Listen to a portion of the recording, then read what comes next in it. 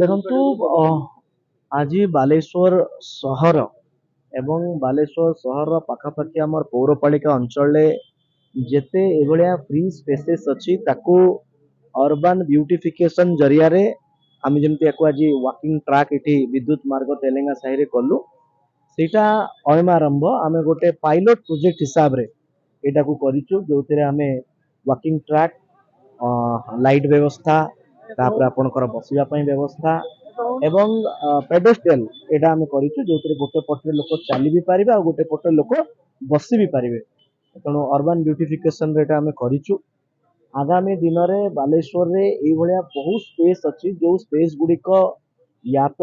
ଜବରଦଖଲ ଅଛି ୟା ଫିର ସେଗୁଡିକ ଅନୟୁଜ ହେଇକି ପଡିଛି ତେଣୁ ଏ ସବୁ ସ୍ପେସରେ ଏଇ ମଡେଲ ରେ ବିଭିନ୍ନ ପ୍ରକାରର ଲ୍ୟାଣ୍ଡସ୍କେପିଂ ଏବଂ ବ୍ୟୁଟିଫିକେସନ କାମ ହେବ ମୁଁ ସହରବାସୀଙ୍କୁ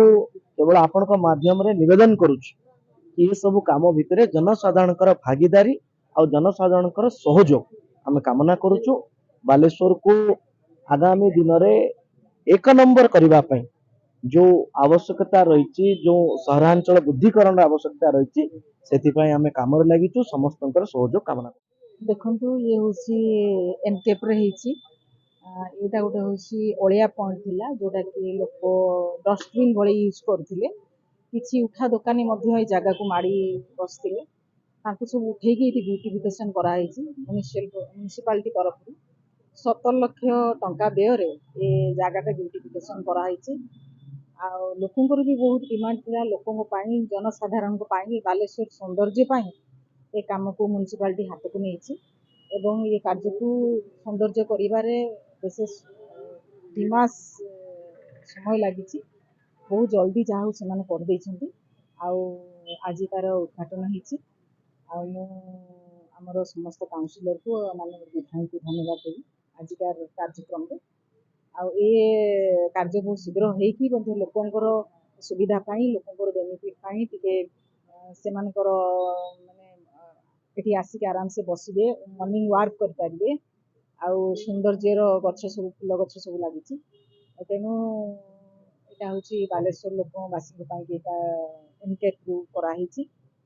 ତେଣୁ ଏଇଟା ମୁଁ ବହୁତ ଧନ୍ୟବାଦ ଦେବି ସମସ୍ତଙ୍କୁ ଏଇଭଳି ଏକ କାର୍ଯ୍ୟକ୍ରମ ଆଜି କରାହେଇଛି ବା ଏଇଭଳି ଏଇ ଅଳିଆ ପଏଣ୍ଟକୁ ସୌନ୍ଦର୍ଯ୍ୟ କରିକି ତାକୁ ଆମେ ସମସ୍ତଙ୍କ ପାଇଁ ଏଇଟା ହେଉଛି ଆଜି କରାହେଇଛି ଏଇଭଳି ଭାବେ ଆମେ କିଛି ଜାଗାକୁ ମଧ୍ୟ ତାକୁ ସିଲେକ୍ଟ କରିଛୁ ଯେଉଁଟାକି ଅଳିଆ ପଏଣ୍ଟ ଅଛି ତାକୁ ମଧ୍ୟ ଆମେ ଆଗକୁ ହାତକୁ ନେବୁ ସୌନ୍ଦର୍ଯ୍ୟକରଣରେ ତାକୁ ମଧ୍ୟ ହାତକୁ ନେବୁ ଏବଂ ସୌନ୍ଦର୍ଯ୍ୟରେ ବାଲେଶ୍ୱରବାସୀଙ୍କ ପାଇଁ ଏଇଟା ହେଉଛି ଆମେ ତାଙ୍କୁ ନିଶ୍ଚିତ ଭାବେ ଏଇଭଳି ଭାବେ ଆସିବା ପାଇଁ ଆମେ କରିବା ପାଇଁ ଆଗକୁ ଯାଉଛୁ।